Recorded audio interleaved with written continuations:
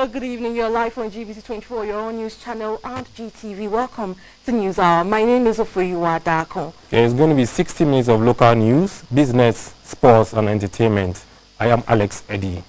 Now, the country's lawmakers are back to the business of the House after a 6-week recess, during which the general elections were held. Ahead of the Tuesday's proceedings, the Speaker, Mr. Dowajao, congratulated the President-elect Nana Akufo-Addo on his victory and commended President Mahama for conceding defeat. On behalf of the leadership and members of the Parliament of the Republic of Ghana, I stand to His Excellency the President-elect Nana Akufo-Addo.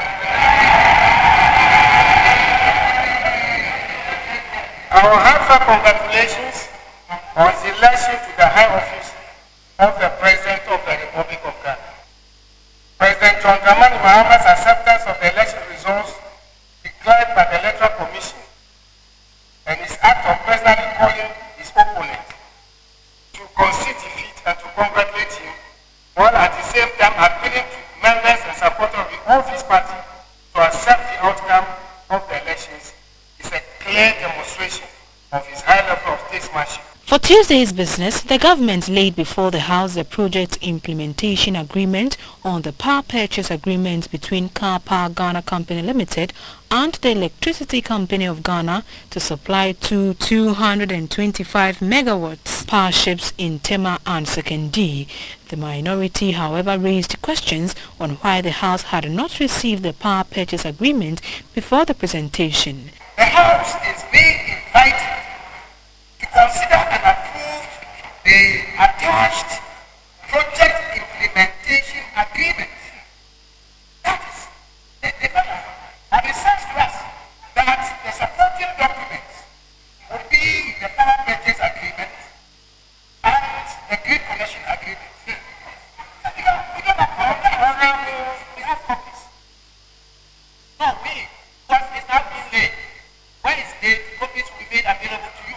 Also laid before the House was the agreement between the Government of Ghana and Africa and Middle East Resources Investment Group for the reopening and operation of the T3 power plant.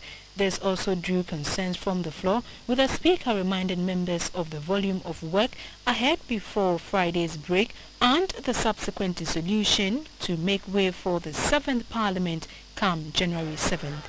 Michelin Taka, GBC24, Accra.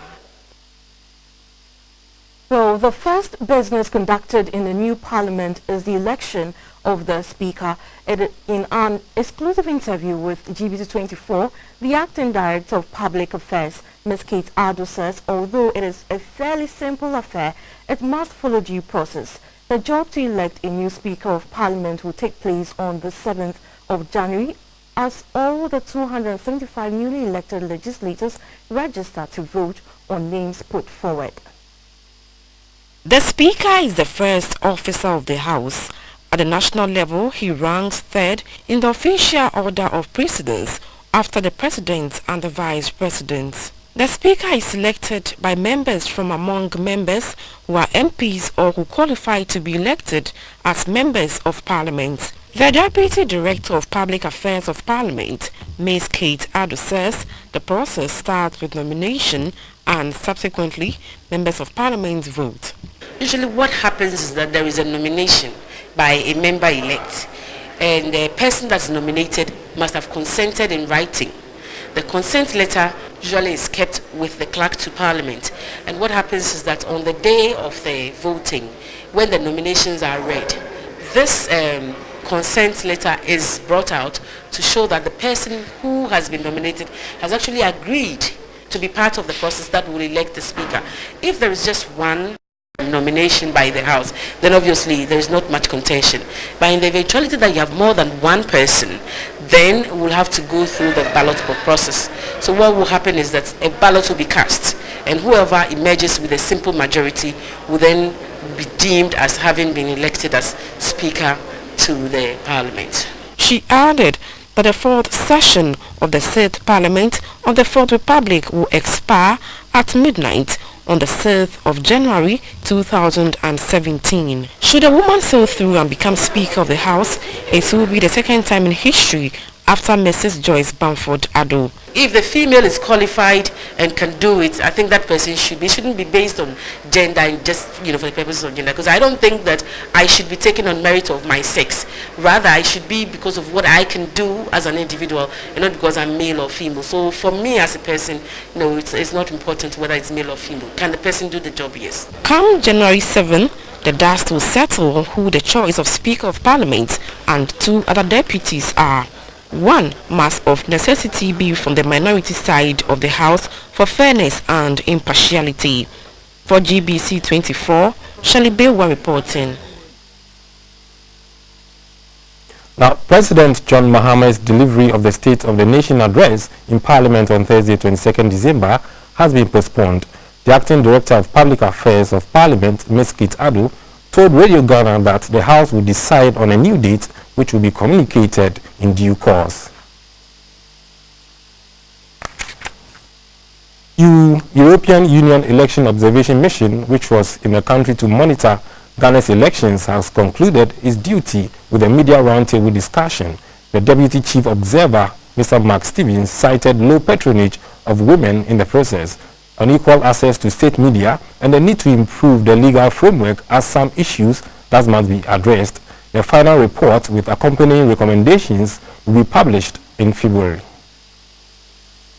Prior to the December 7 elections, the European Union Election Observation Mission deployed 24 long-term observers to all the 10 regions on November 6th. The activities were complemented by 32 short-term observers deployed on December 4th. At a media roundtable post-election discussion, the issues in focus included the conduct of the media, political campaign, and the role of social media during the elections. Lauding Ghana for a competitive, transparent, and largely peaceful process, the Deputy Chief Observer, Mr. Mark Stevens, enumerated some areas that Ghana can work on in future. What we're saying is, well done, and they were peaceful, and that's great. But let's build for the future. Let's address some of these problems, like the abuse of state resources, like the lack of women's participation in politics in Ghana, and some of these issues linked to the legal framework and the conduct of the campaign and such things. And the role of the Election Commission, which was generally positive, but which could still be improved. On the abuse of incumbency, the Deputy Chief Observer says there is the need to put in place clear guidelines. During election time, there's usually special ways in which the media, and particularly a public service broadcaster, should cover an election, taking account of all the different political contestants. But as we've said in our statement, there also needs to be regulations on how an incumbent and ruling party conducts itself during an election, and what it should do and what it shouldn't do. So I think there's a range of approaches to this, both in terms of campaign regulations linked to the role of incumbent, but also in terms of how the media do cover the campaign as well. Views and opinions expressed by various partners, including the National Media Commission and the Ghana Independent Broadcasters Association, will inform the final report with recommendations to be released in February 2017. For GBC24, Shirley Bewa reporting. In other stories, people have moved from their home countries for centuries for various reasons, including economic, political, and as refugees fleeing war in their countries. Historically, some were transported or sold into slavery or left because of poverty, hunger, persecution, discrimination, unemployment, and more recently simply for education and better jobs. Migrant numbers have risen rapidly in the last decade. 3 years ago, there were thought to be over 230 million international migrants, but now many migrants know their rights. International Migrants Day is celebrated the world over to highlight the need to protect the rights of all migrants and their families. General Secretary of the Migrant Labour General Workers Union, Mr. Justice Bakun Tama, put in focus major issues affecting migrants as part of the day's celebration. Migrant Labour General Workers Union is a union in Ghana which seeks social justice, decent work, occupational health and safety for migrant labor workers. We commemorated the day yesterday to remember our brothers who have lost their life or missed during their life during the migration. We have to highlight and deliver solidarity messages. We want to assure the entire public, especially Ghanaians, who are intent to travel abroad, that it's not good to travel through the desert or the sea. If you're traveling as a migrant labor worker, it's a genuine. Try to come and seek advice from the union. That we're able to provide every information or any needed as in order not to go and find yourself dead or challenges over there. Some other stories. Over 11,000 road accidents had been recorded as of November this year. The National Road Safety Commission says this figure is higher compared to the previous year. It is to reduce road carnage this Christmas season that the National Road Safety Commission has presented road safety equipment worth 800,000 Ghana cedis to the Ghana Police Service. The equipment and accessories which were acquired through the Ghana Road Fund Board included 20 branded reflective vests, 7 measuring wheels, 7 digital hide gauges, 2 desktop computers, 7 laptops, 1,000 pieces of alcohol test tubes, 7 speed radar guns, 7 alcometer and 20 dashboard cameras. The Executive Director of the National Road Safety Commission, Mrs. May Obriyeboa, said road crashes affect Ghana's development agenda due to the reluctant deaths, injuries and destruction of property. We will use this medium also to ask drivers not to think that we are harassing them. The presence of the police with us does not mean that we are harassing, but rather we are protecting the lives of the drivers and also for passengers during this Christmas season. It's our hope that people will not drink and drive because they'll be using the alcohol meter to test drivers randomly. So you will never know when you'll be stopped. Not only commercial drivers, even the private car drivers. DSP Edubuahin of the Ghana Police Service said the equipment will be put to good use. The year has turned full cycle and we are heading towards Christmas, a Christian holiday to symbolically mark the birth of Jesus. There will be feast, exchange of gifts, cards and generally merrymaking. But what is the real meaning of Christmas? Is it just about the gifts under the decorator tree, the lights in windows, the cards in the meal with family and friends, or the exchange of season's greeting? Beatrice Energy takes a look at the essence of Christmas.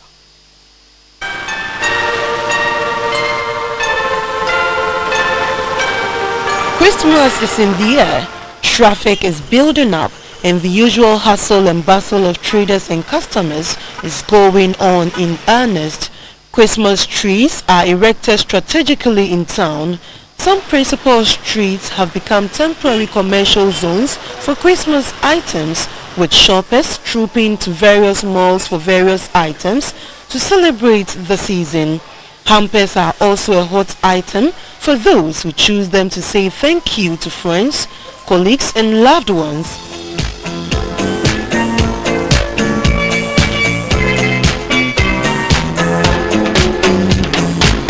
Long time ago in Bethlehem.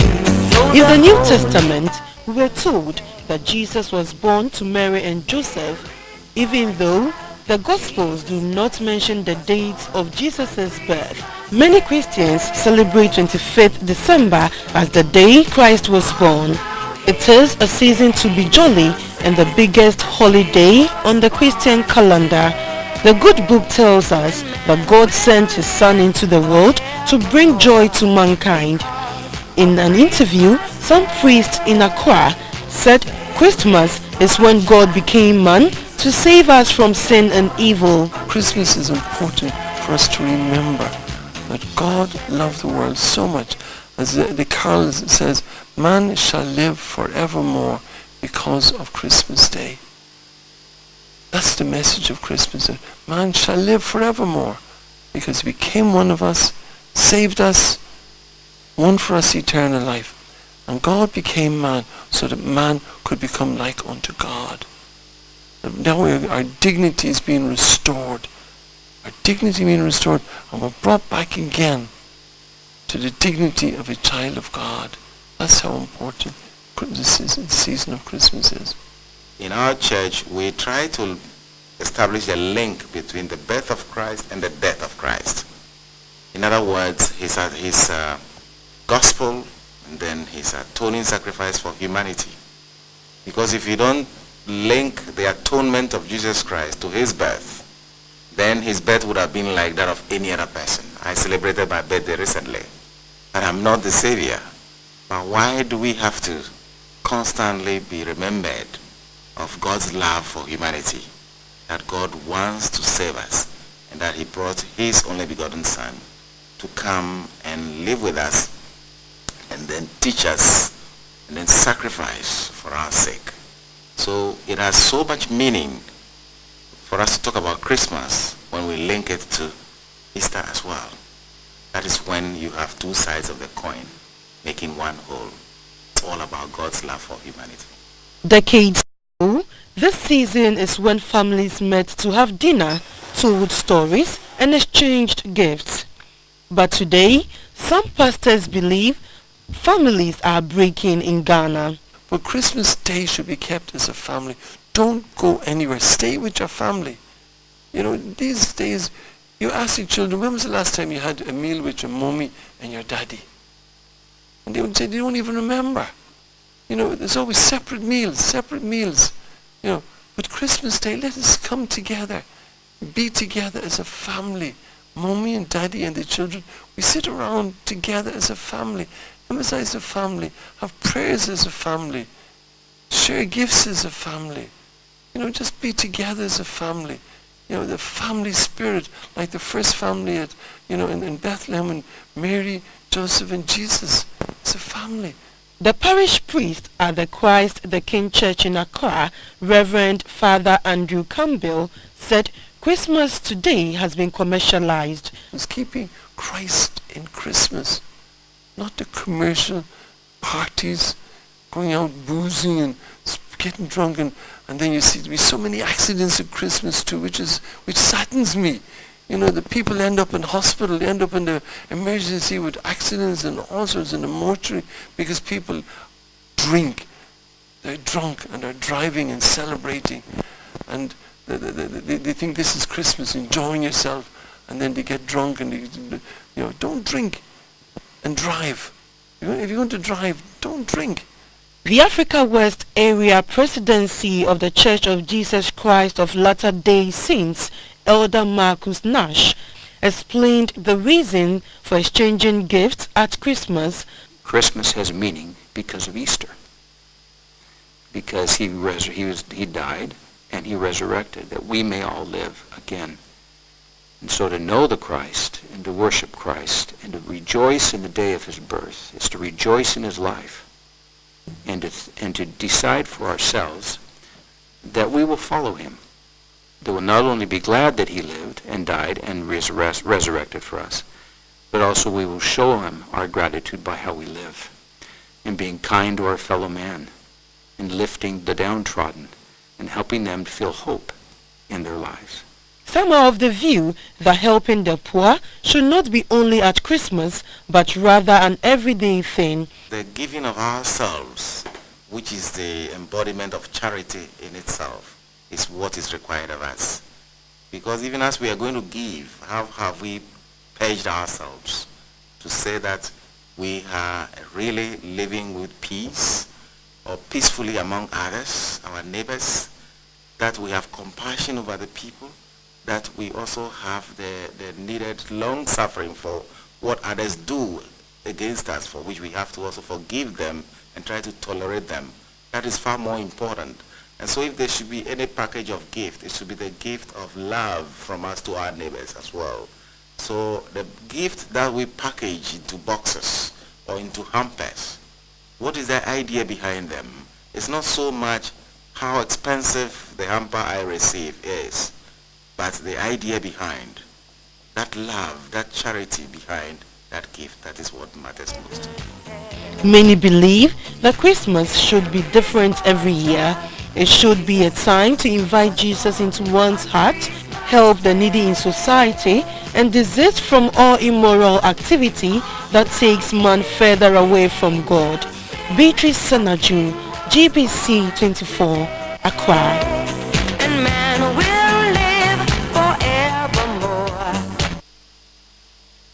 You're still watching News Hour on GBC24 and GTV. The business news is up next.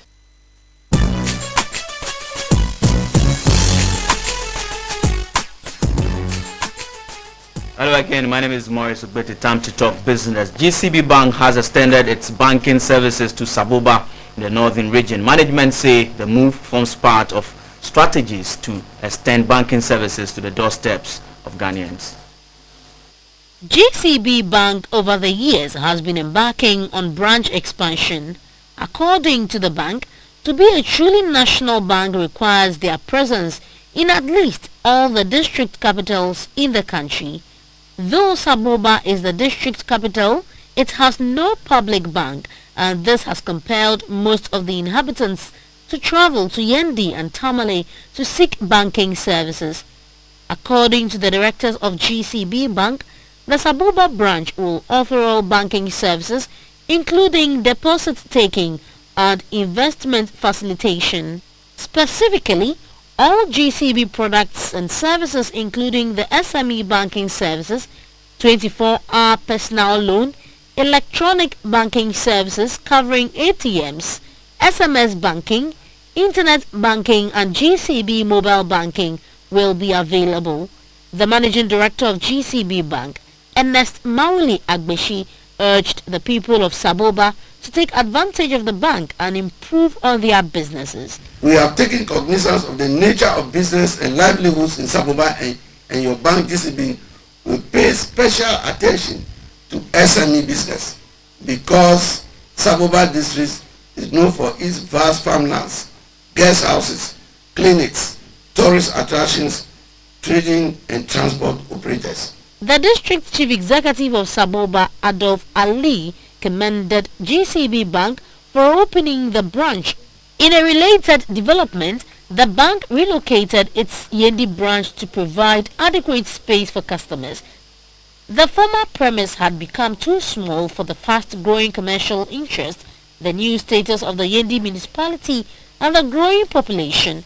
The Yendi, as administrative and traditional capital of the Yendi municipality and the Dagbon Kingdom, has over 268 communities, which remains a strategic business and with key economic activities such as filling stations, educational institutions, special and medical facilities. The managing director of GCB Bank, Mauli Agbeshi, outlined some benefits customers will derive from the bank's services. The SME loan is aimed at providing short to medium term credit facilities to the tune of 100,000 Ghana cedis, that is 1 billion cedis, with or without collateral to 10 businesses around. The GCB Bank this year launched 3 new products. These include the GCB SME Loan Suite, GCB Light Pay and GCB Mobile Banking Services. The SME Loan Suite aims at providing short and medium-term credit facilities to the tune of 100,000 Ghana cedis with or without collateral to 10 business around. The bank has so far disbursed over 23 million Ghana cedis to about 900 different businesses throughout the country. The directors of GCB Bank say all these products and services will be offered to these 2 new branches. Finance Minister Seth Tekpe says Ghana's budget deficit is likely to increase by 1.5% to 2% by the close of 2016 than the projected figure of 5%. Speaking at a media briefing in Accra, Mr. Tekpe said weak revenue levels, slump in commodity prices, high government expenditure, and the breakdown of the bearing of the FPSO Kwame Nkrumah are key factors that accounted for the development. The presentation by the Finance Minister, Mr. Seth Tekpe, is likely to be the last address of the Finance Minister on the performance of the Ghanaian economy, as his party, the NDC, is preparing to hand over the reins of government to the NPP. Appointed in 2012, Mr. Tekpe was a Deputy Finance Minister from 2009 until he stepped into the shoes of the then Finance Minister, Dr. Dufour. According to Mr. Tekpe, the Ghanaian economy suffered major setbacks, such as power crisis, which lasted for almost 4 years, policy slippages, the fall of the cedi, double-digit budget deficits, slump in commodity prices, which affected the growth of the economy, dropping from over 11% to around 3.4%. This made the government move to the IMF for a 3-year program for policy credibility and financial discipline. 2 years after the program, Mr. Tekpe said the Ghanaian economy is turning around and there is still the need to ensure financial consolidation by the incoming government. We are also confident about the future, a very bright future prospects for the country. I think it's all agreed that the country could be growing anywhere from 6.7% because of some setbacks that were suffered recently. And certainly we could be seeing growth around 8-9%. Again, these are not accidental. They are the result of investments that were made, particularly in the oil and gas sector. On the country's budget deficit, Mr. Tekpe said the 5% target cannot be met. We have had some slippage at the end of the year with respect to the fiscal deficit, which is likely to be 1.5 to 2 percentage points, higher than was projected. This is a major reversal on account of first the FPSO tripping, which I mentioned earlier on, resulting in shortfalls in flows to the ABFA and shortfalls in foreign currency, foreign exchange flows. But we managed to stabilize the city nonetheless, and as well as shortfalls in gas supply, which affected the economy. He said the government is not leaving behind a depleted coffers. He said the government have in stock 3 cargoes of oil to serve as a buffer to support the economy whenever the crude prices rise above the $60 mark. Mondelez International has outdoored its cocoa farmers calendar for 2017 in Accra. About 30,000 calendars are to be distributed to 25,000 farmers in 446 communities in 5 cocoa growing areas in the country. The calendar is a learning tool that complements the work of the cocoa extension agents and reminds farmers about the critical activities that need to be implemented. As the world's leading producer of confectionaries including chocolate, Cadbury now Mondelez International rolled out the Cocoa Life program to improve farming, with farmers learning and adopting good agricultural practices. It also deals with using appropriate agrochemicals and planting materials in order to increase productivity. With over 25,000 farmers in the 5 cocoa growing areas out of 6 in the eastern, western, Bunahafo, Ashanti and central regions, Mondelez says it hopes to reach out to over 26,000 farmers by 2017. Cocoa Life is also about facilitating financial security by diversifying into consistent additional income generation and wealth creation. The country lead, Mondelez International, Mrs. Ya Prempe Amekuji, says Mondelez International is the world's largest chocolate company and has committed $100 million towards the implementation of sustainable cocoa farming interventions. She adds that Cocoa Life creates value across the chocolate business, protects and grows cocoa supply chain. Over the years, we've had interest being shown by communities as well as farmers. So now we are working in 446 communities in Ghana.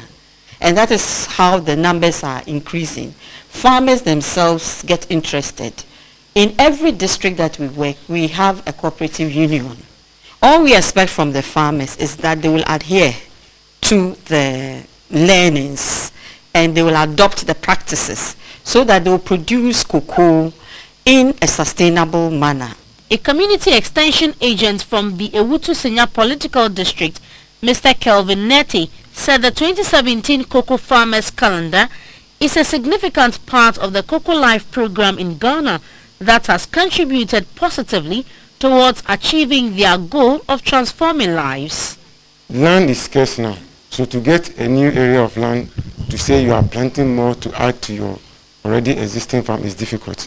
So we encourage the farmers to better what they are doing. So if you are already having a 5-acre farm, you don't need to go in for an additional land. If perchance you have, fine, that's okay. But if you don't have, you are just to work and do the necessary good agronomic practices so that you can increase the yield from the same parcel of land. A cocoa farmer from New Jabin district, Basarin Kwanta in the eastern region, Madame Gladys Bill, said the calendars help them to follow the dates and remind them of activities that they need to implement from January to December. That's from nursery practices, sanitary pruning, environmental management, temporary shade management, through to additional livelihoods, among others. From January to March, I have to weed and then replant or plant my plantain, because as the seedlings are very young, when I plant it, it will wither. So I decide to plant plantain so that it will give them shade. Mondelez International has implemented another $300 million Cocoa Life programs in Cote d'Ivoire, India, Indonesia, Brazil and Dominican Republic. And still in business, banks collecting TV license have so far collected an amount of 78,558 Ghana cedis on behalf of the public broadcaster. The amount is a component of monies collected so far, which managers of the fees say will soon make public. UT Bank is leading the pack with 12,677 Ghana cedis. Of the 6 million TV sets nationwide, the TV license team of the Ghana Broadcasting Corporation is targeting to generate 180 to 200 million Ghana cedis if 50% of collection is done by close of year. Although the total amount collected so far is soon to be made public, banks who form part of the many collection channels have so far generated 78,558 Ghana cedis, an amount described as unimpressive. During the past year, the TV license team say they have built a robust cloud-based IT system integrated into partner banks, which allows for easy collection. After months of partnership between some banks, the corporation deemed it necessary to take stock, with a stakeholder seen as strategic. GBC's Director of Audit, Peter Opoku-Mensah, revealed that the state broadcaster will by the first quarter of next year begin the prosecution of persons who fail to pay their TV license fees. Come next year, we may be moving into the enforcement section, where people who flout Ghanaian law, failing to pay your TV license, we will allow the law to take its own course. In direct relationship with that, we expect the revenue to go up. The Director of Finance and Head of the TV license team, Reverend Ebenezer Botche, urged the banks to put in much effort in the collection process. He revealed that non-performing banks will soon be taken off the platform. Some of the banks enjoy seeing their logo on screen, and today we've just told them that if your brand is not performing, we will decide to reduce your advert. We'll take you off our adverts. On the outlook, GBC will move to introduce manual agents who will collect the fees from house to house. If you buy a booklet, there's a cost to it. First it was blank, but now there's a cost to it. Okay, so if you buy one booklet, for instance, of 36 with 50 leaflets, it's about 1,800. So whatever the commission is, you pay the booklet less the commission.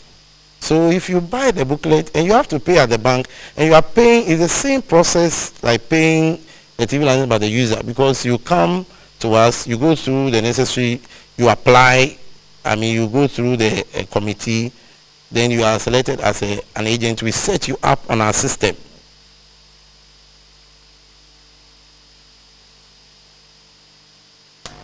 And that was business. News Hour continues right after this break. Stay with us.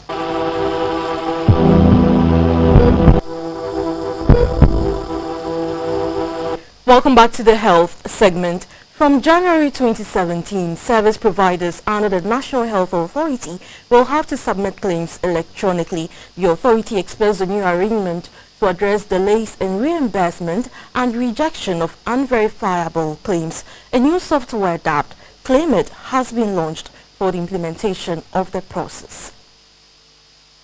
Over the years, service providers under the National Health Insurance Authority has been submitting claims manually, a situation the authority described as cumbersome and frustrating, since service providers were required to aggregate information on all registered members of NHIS that visited the health facility monthly. Other challenges aligned with the claims processes were administrative capacity, technical, human resource and working environment. This contributed to delays in claim submission by providers and vetting and payment by the scheme. As a result, National Health Insurance Authority has launched a new software application which will reform claim submission and systems to ensure simpler and faster processes. Claim submission should not be a costly exercise. It costs our providers in terms of paper, human resources, as well as transportation, etc. These certainly were the things that led us on to think through how we can make the experiences better. Now the claims processing centers, eventually, we would like them to take over all the claims, but they can't do that without the appropriate technology. And so Claim It, which we are launching today, is coming to be of a big help to our claims processing system. According to the Chief Executive Officer of the National Health Insurance Authority, Mr. Nathaniel Otu, the app would act as a form of check and balance. The app was successfully piloted in some health facilities in the Greater Accra and Eastern regions. The application of the software will be implemented in the Upper West region in 15 health facilities in January 2017. 4-year-old Godfred Aye needs 6,800 Ghana cedis to undergo surgery to create an opening in his rectum. Godfred currently has an opening in his stomach through which he eases himself. Godfred's mother is appealing to the public for financial assistance to enable her son undergo the medical procedure and live a normal life. We caution viewers that some of the pictures may be unpleasant. Born without an anal opening, his mother, Theresa Aye, presented her son to the pediatric surgery unit of the Kolebu Teaching Hospital, where doctors performed a surgical procedure called colostomy, which allows passage of stool through the abdominal wall. Theresa explains that the situation has rendered her son incapable of being enrolled in school. Godfred requires surgery to create a normal rectum. The cost of surgery is 6,800 Ghana cedis. His mother is a petty trader and says she is praying for support from the general public for the surgery to be performed. Dana me wunu sisa wanya 4 years. Timi wunu na oni beba be authority wo. Nti yakọ Kolebu na yakọ fit copy ana ya ma letter se yembra Kolebu. Tita ma eba Kolebu no ana ya be yewo na ha aman. Sese a yesi jise ye nyaska no edi abasa mo be ye ni tunu edi amayi.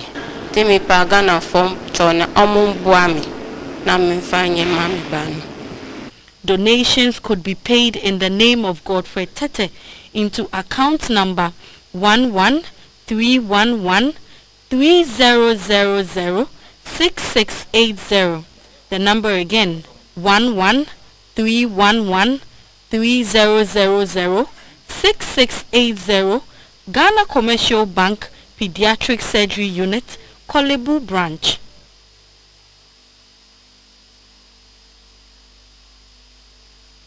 Well, no amount is too small for Godfred Tete. We are back with the international news.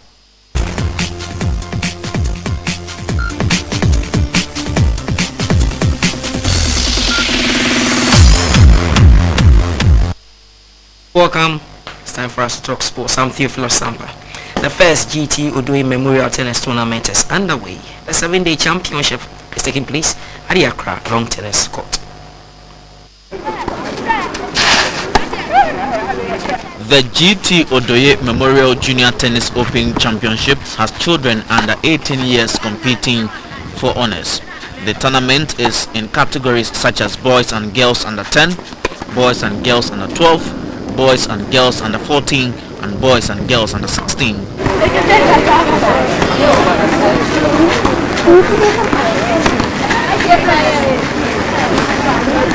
The organizers say the championship is designed to instill GT Odoye's spirit of achievement in the children.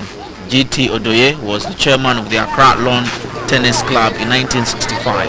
His determination to achieve excellence made him successful. The underlying objective of the tournament is for the Accra Tennis Club to identify new talents. We are trying to catch them young. I think we the Tenka we are here to see the up-and-coming ones. And maybe we can select them in future so that we can at least not only the tournament playing today, but we can group them so that start training them so that in future we can have a good players who can represent the nation. The grandchildren of the late GT Odoye spoke to our news team. It makes us happy to see all the kids come out and play because we know what it means to have played in the tournament. We know what it means to win. We so feel to be able to relive those emotions in the children here. It's very, very, makes me happy. It makes all of us happy. These are reactions from some of the participants. I like tennis because it's fun about hitting the ball and it makes us fit. Especially when you are playing a match and it keeps you happy and keeps you healthy. Organizers hope to make the GT Odoye Memorial Junior Tennis Open an annual event. Let's talk football. The head coach of Wild Stars, Inosa Depa, says his side has what it takes to compete favorably in the 2017 CAF Champions League. The Premier League Coach of the Year wants to go beyond the group stage of Africa's top club competition, the CAF Champions League. Inosa Depa, this is Wild Stars. They are the league champions. Wild Stars made history in the just ended 2015-2016 Ghana Premier League season when they were crowned winners for the first time ever. What made this achievement more memorable was that since organized league football began in Ghana in 1965, no team from the three regions of the north had ever won. They annexed the title with 15 wins, 6 draws and 8 defeats. Wild Stars was formed in 2006 and gained promotion in the 2007 and 2008 season and immediately suffered relegation.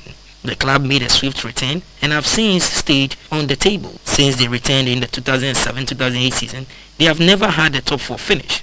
Their best league finish was 6th in 2009-2010 season.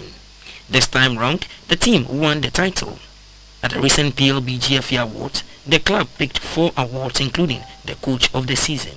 Coach Adepa says he is motivated to do more for his club in the upcoming CAF Champions League. We are not going to disappoint our fans next season because of the level that we are now. I'm promising the fans that we are not definitely going to stop, be it the league or be it Africa. We are going to put up our very, very best performance over there for them to know that if you are able to give the young talented players, which no one sees them, they can reach somewhere.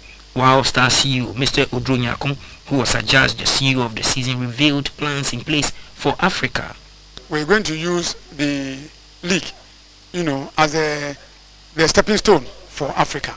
The league is starting on 21st of January, and then the Africa is in February. So the league will act as I said, the impetus, for the African campaign. And what the coach is doing is that he's training the boys at Legon. After Legon, we'll start the league, and then we'll continue the league until we get into the Africa competition proper. The 2017 CAF Champions League comes off between the 10th of February and the 5th of November 2017. Well, that's all for sports. We'll bring you some updates tomorrow, so do join us. But for now, entertainment is next.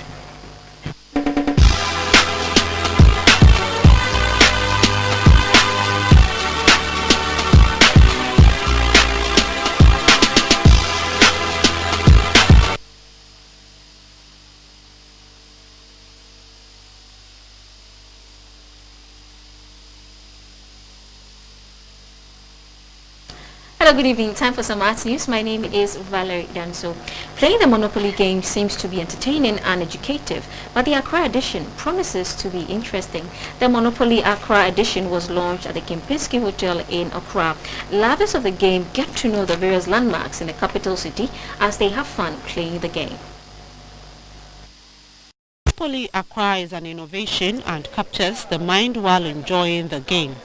Its launch in Accra started off with music and poetry with musician Adoma and spoken word artist Oswald Okaite.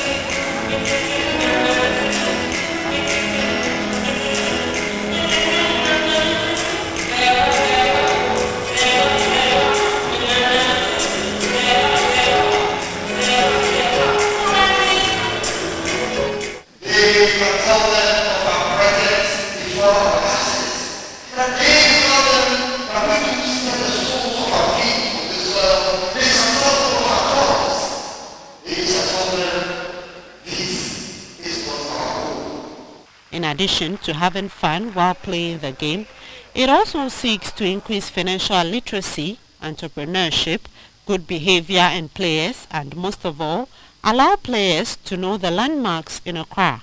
The Deputy Minister for Tourism, Culture and Creative Arts, Ablaji Fagomashi, commended the innovation and says it helps promote Ghana's tourism and culture. We now have the Accra monopoly, which has our forts and castles, our festivals, and many other aspects of our culture and sites, documented in the booklet that comes with the game. In the Accra monopoly, you will find us, Ghanaians, and what we identify with. In the Accra monopoly, it is about our capital city, and it should make us all very, very proud. This is a gift everyone will appreciate. I urge you to support one local business through your choices that you make on a daily basis. Gloria Ofori is the brain behind the Accra edition. We are looking at students, as we said. That's very, very close to our hearts because we want to put these games in schools so that we can use it as a platform to teach financial literacy. We are looking at tourists. We are looking at, the general public. We are looking at people who don't even know Ghana or haven't been here. When they get this game, it's practically like they're in Ghana. Some boxes of the game were donated to a number of schools, organizations, and individuals. Have you seen a statue move in real life? Have you also seen a human transform in a car in real life? These are some of the things we don't get to see in our part of the world. Let's take a look at how some pedestrians were stunned by some of these acts in Belgium and Switzerland.